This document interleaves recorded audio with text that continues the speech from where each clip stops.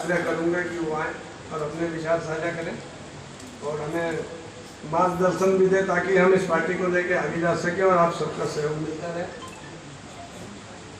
आप सभी को मेरा सादर नमस्ते।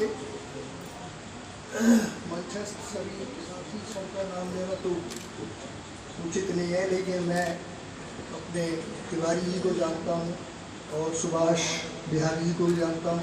इनसे मेरी मुलाकात है हुई तो इन्होंने बताया कि राष्ट्रवादी पार्टी बनाई है। तो राष्ट्रवाद का मतलब है जो सबको साथ लेकर के चले, पूरे राष्ट्र को साथ लेकर चले।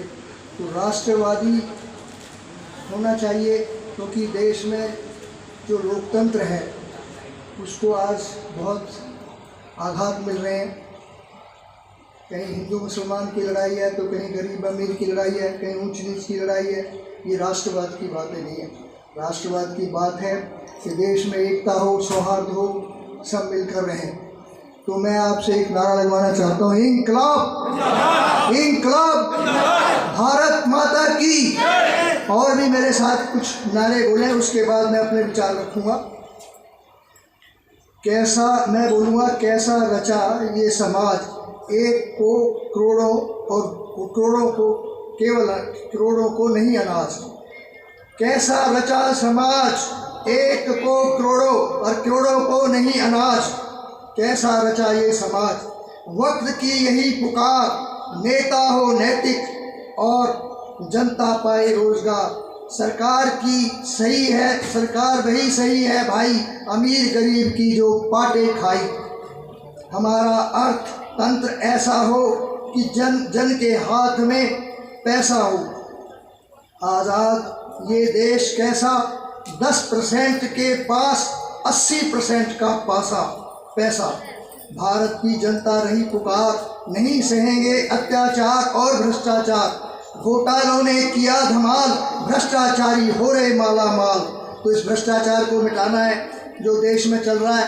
तो हमारे शहीदों ने जो सपना देखा था कि मेरा देश, अशफाक उल्लाह कहता है फांसी के फंदे के चढ़ने से पहले कि जब मेरा देश आज़ाद हो तो इस आज़ाद देश में समानता आए, मखलूक में समानता आए, जनता में समानता आए। लेकिन क्या समानता आई? हमारे शहीदों का सपना पूरा हुआ। हमें अपने शहीदों का सपना पूरा करना है तो देश में समानता लानी होगी। आर्थिक समानता लाए बगैर हमारा लोकतंत्र सफल नहीं हो सकता। आपको पता है नेताजी सुभाष चंद्र बोस ने रंगून में खड़ा होकर के भाषण दिया था कि देश की सच्ची आज़ादी तभी होगी जब हमें राजनीतिक आज़ादी से नहीं बल्कि आर्थिक आज़ादी चाहिए। देश में ऊंच नीच खत्म हो, जात पात खत्म हो, और जो देश में सांप्रदायिकता आज बढ़ रही है आप देख रहे हैं। उसके लिए नेताजी ने कहा कि संप्रदाय और अंधविश्वास को जड़ से उखाड़ फेंक देना ही सच्ची आज़ादी है।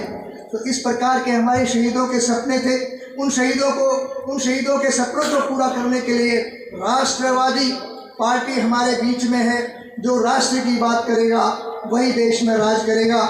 मैं कहूँगा जो राष्ट्र की बात करेगा वही देश में काम करेगा।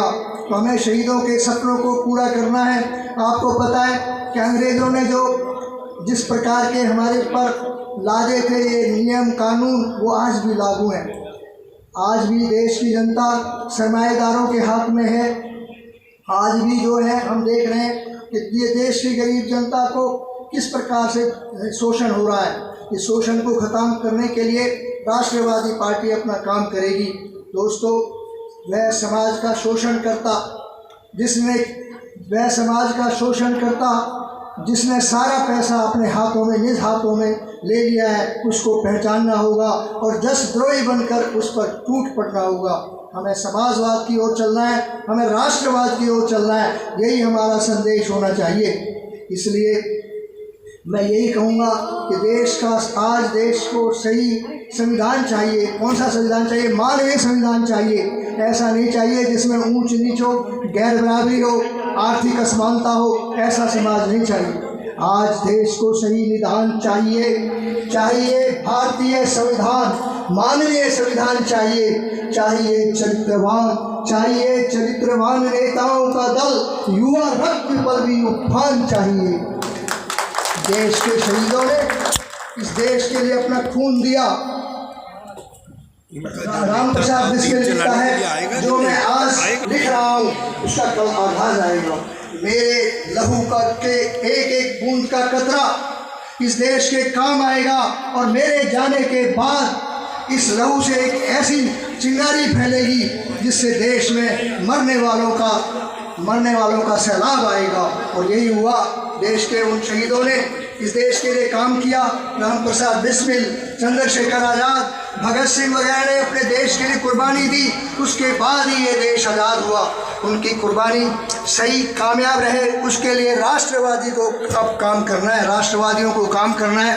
राष्ट्रवादी पार्टी उसी निर्देश में, उसी दिशा में काम करेगी और राष्ट्र को समर्थ उन्नतशील बनाएगी, ऐसा अपना विचार है।